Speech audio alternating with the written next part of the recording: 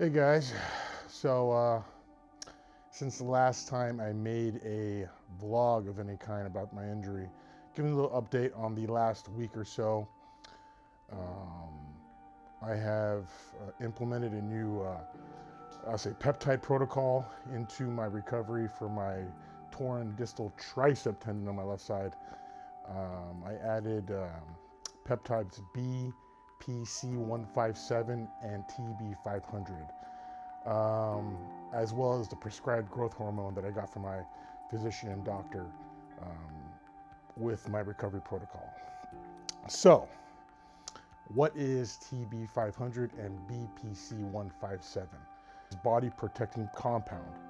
Your body already makes it in its own gastric juices, so to speak, but in very small amounts, where it serves to protect and heal your gut. But you can get a super concentrated version and get it into your system. And it has an extremely high level of biological healing activity just about anywhere you put it in.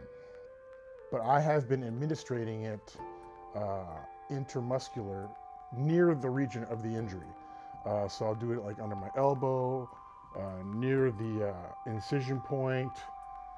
I try to like inject it where the injury occurred. They say you can do it subcutaneously in the abdomen, but it doesn't have that transporting element such as like TB500 does. So with TB500, you can inject it subcutaneously in the ab, and then it'll go wherever it needs to go. But with BPC-157, they say to try to do it intramuscular or subcutaneously near the injury where the injury occurred. So that's what I've been doing. Now with BP500, that's thymosin beta 4. I have been doing a loading phase with that for the first week. Still a loading phase this week, and it's tapering down every week after this. So last week I did 20 milligrams total throughout the week. So I did 5, 5, 5, 5 every other day. And then this week is 15 milligrams total. I'm doing 5 today, which is a Monday, and then 5 milligrams on a Wednesday, and then 5 milligrams again on a Friday. And then the third week is 10 milligrams. The fourth week's another 10 milligrams, and then I can go down to 5 and just taper down that way. Now, this is a peptide that increase in endurance and strength, relax muscle spasms and improve muscle tone, repair damaged heart tissue following a heart attack even, healing of ulcers and lesions, including stomach and intestinal ulcers, increased exchange of substance between cells, overall tissue repair, faster healing of wounds.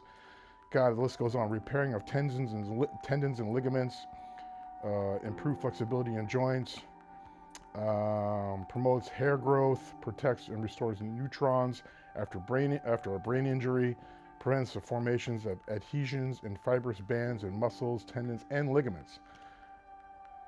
I mean, it's a wonder peptide, and I'm glad to see the effects of it really fast, especially with the loading phase. There is a bunch of protocols online that say do 5 milligrams or whatever, but the more research I did on it, these specific protocols are the ones they did on animals. So you got to do it with your body size. So with the loading phase, you multiply it. So I found a protocol that another bodybuilder did, and within 2 months he was pretty much rocking and rolling after the same injury. So his protocol was 20 milligrams, 15, 10, 10, and 5, 5, all the way up to week 16. So this is not like a quick, I would say, this kind of protocol for the BPC-157 and TB500. It's not really a quick fix. You still got to stay on it after a month or two. So I'm still going to be rock and rolling with this sucker for about 16 weeks to see how it feels. Along with the 3 IUs of growth hormone, I am injecting every day as well. So with the 3 of those, I'm hoping to see fast results in my recovery. And when I mean recovery, I'm meaning that the tendon and ligaments and tissue all heal correctly back to the bone. I'm not here to say look, you're gonna get back in the gym and you'd be rocking and rolling, you know, full steam, you know, right away. I'm still putting myself on the 6-month program of recovery, but what I'm looking for is a fast recovery in the terms of I can wipe my own ass, or I can pick up a bag of groceries and not be scared about it. Opening my car door, you know, the typical shit we all take for granted on a daily basis. That's what I'm looking for when it comes to recovery at the moment. Yeah, I'm looking forward to getting back in the gym and still getting some muscle growth and getting some of this atrophy taken care of, because after surgery my arm became a twig. But I'm not looking to break any records when I get in the gym at a faster pace. I'm looking to get some active recovery, which I've been doing for the past week, and it's been successful. I have been using this arm on some shoulder stuff, some side laterals, but very light, 5 pounds. But it's just to keep motivated and just to keep active. And when I tore my biceps years ago, I was a firm believer in active recovery, and my recovery, you know, went down from 6 months, like a typical human, down to 3 months. I was back in the gym lifting, you know, 40, 50 pounds on my arms by then. And that's almost unheard of when it comes to tearing biceps, especially 2 of them. I tore both of them, the left and the right. And so I'm implementing that same protocol into this type of injury and post-surgical protocol. Now, when it comes to nutrition, I can honestly say the first week or so with the injury and the first week, you know, most of the first week post-surgery, ate good, but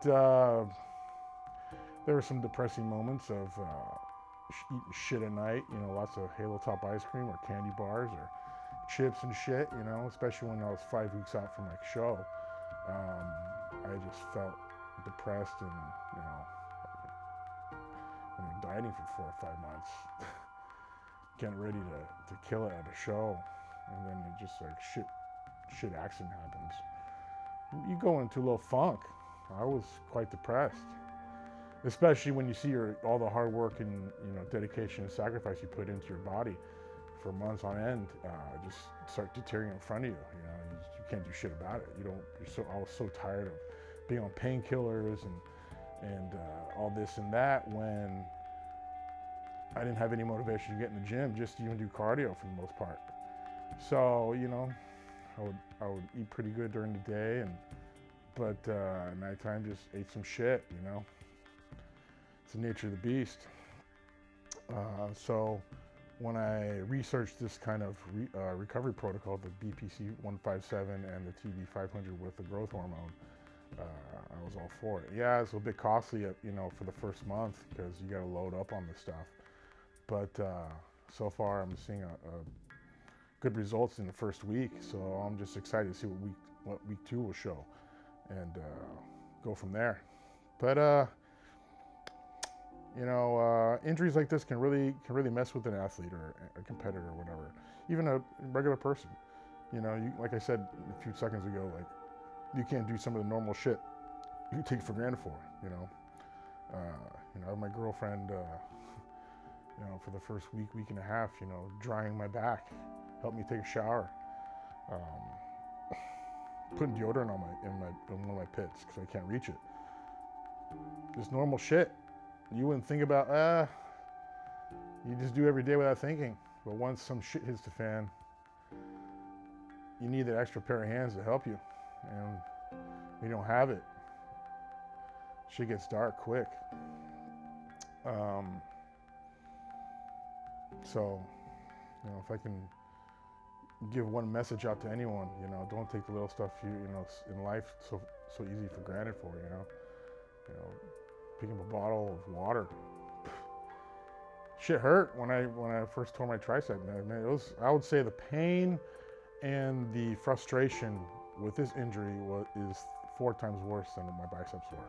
My hand was swollen like a fucking balloon, and still is. It's still getting rid of inflammation in my arm, but it swelled up. The bruising was crazy. When I tore my biceps, I barely got any bruising from that. But when I tore my tricep, that shit my arm came black within 4 or 5 days of the injury. You know, it's lucky I got my surgery appointment 1 week, about 1 week after the injury. So You know, I was in and out right away. Didn't want to wait. But 1 week post of using the BP-157 and the TB500 have been positive.